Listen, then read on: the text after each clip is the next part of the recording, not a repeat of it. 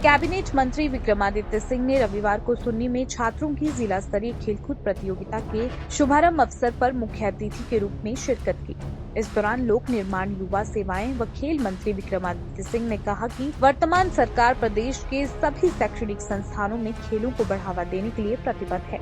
उन्होंने खेलकूद प्रतियोगिता में जिले भर से आए स्कूली छात्रों और उनके खेल कोचों को शुभकामनाएं देते हुए कहा कि हार जीत जीवन के दो पहलू हैं, इसलिए हारने वाली टीम अपना हौसला ना तोड़े,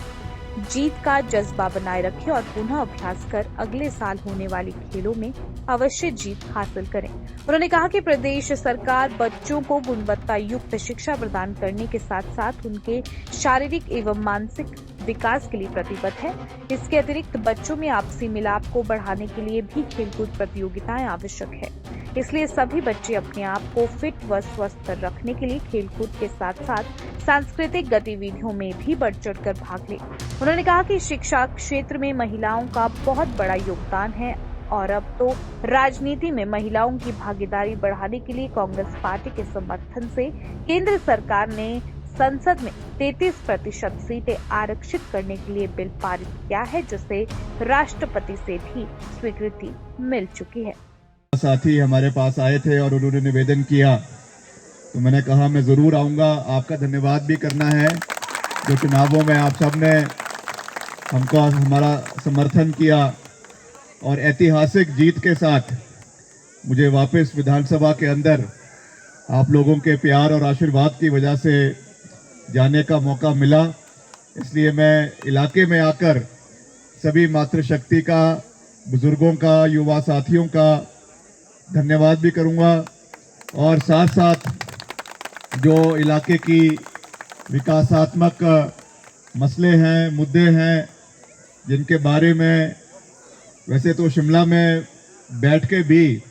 आपके प्रतिनिधि, आपके इलाके के लोग हमसे मिलते रहते हैं, मगर जब इलाके में खुद आए और यहाँ की समस्याओं को देखे तो उससे एक ज़्यादा अच्छी अंडरस्टैंडिंग इलाके की होती है। और आज मैं खुद आपके इलाके में इसीलिए आया हूँ कि यहाँ पे जो भी आपने मांगे और मांगे नहीं है, ये आपका हक है, आपका अधिकार है। इलाके में विकास होना जब होगा, हो भी रहा है और होगा, ये हमारा आपके ऊपर कोई मेरा या सरकार का कोई एहसान नहीं है, ये आपका अधिकार है, आपका हक है। आपने हमारा समर्थन किया है तो इलाके को आगे ले जाना,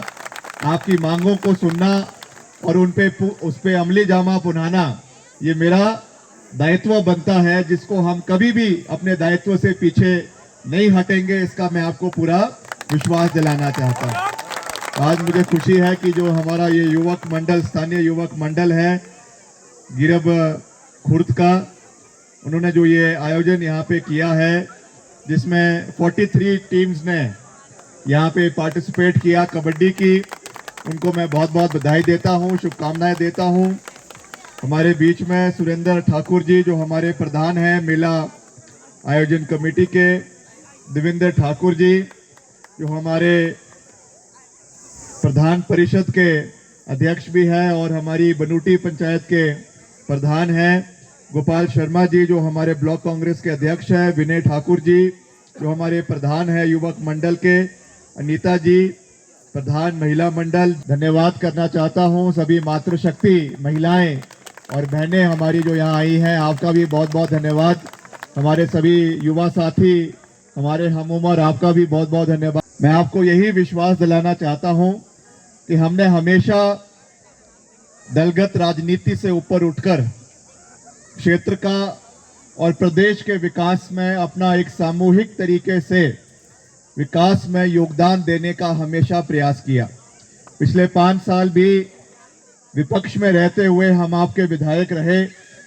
हमने हमेशा इलाके के विकास को प्राथमिकता दी और मुझे खुशी है कि पिछले 5 साल में विपक्ष में रहते हुए भी हमने करीबन 100 करोड़ रुपए के विकास कार्य शिमला ग्रामीण के अंदर करवाए। और अभी हमारी सरकार को करीबन 9 महीने पूरे हो गए हैं और अगर मैं 9 महीने की रिपोर्ट कार्ड की बात करूं तो करीबन करीबन 35 से 40 करोड़ रुपए के विकास कार्य पिछले 9 महीने में हमने शिमला ग्रामीण के विभिन्न विभिन्न क्षेत्रों में, चाहे सड़कों का निर्माण है, नए इंस्टीट्यूट्स बन रहे हैं, नए भवन बन रहे हैं, कई नए पंचायतों के घर बन रहे हैं, कई अलग अलग और विकासात्मक इलाकों में जो काम चल रहे हैं, उसका पूरा ब्यौरा हमने हमेशा चुनावों में भी और आने वाले समय में भी हम आपके बीच में रखेंगे,